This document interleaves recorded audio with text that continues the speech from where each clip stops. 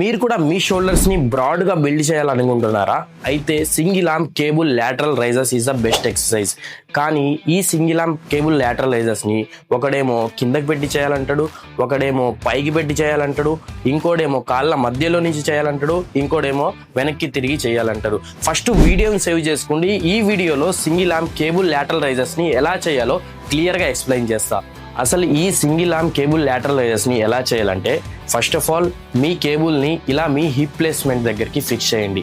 Fix చేసిన తర్వాత ఇలా కేబుల్ని పట్టుకొని మీ హ్యాండ్ని ఇలా స్లోలీ రైజ్ చేయండి. మేక్ షూర్ ఇక్కడ మీరు గుర్తుపెట్టుకోవాల్సింది ఏంటంటే, ఇక్కడ మీరు వెయిట్ మీద ఫోకస్ చేయకండి, మీరు చేసే రెప్ మీద ఫోకస్ చేయండి. ఎందుకు చెప్తున్నానంటే, మీ రెప్ ఎలా ఉండాలంటే స్లోలీ మైండ్ కనెక్షన్ పెట్టి రైజ్ చేయండి, స్లోలీ డౌన్, స్లోలీ రైజ్ చేయండి.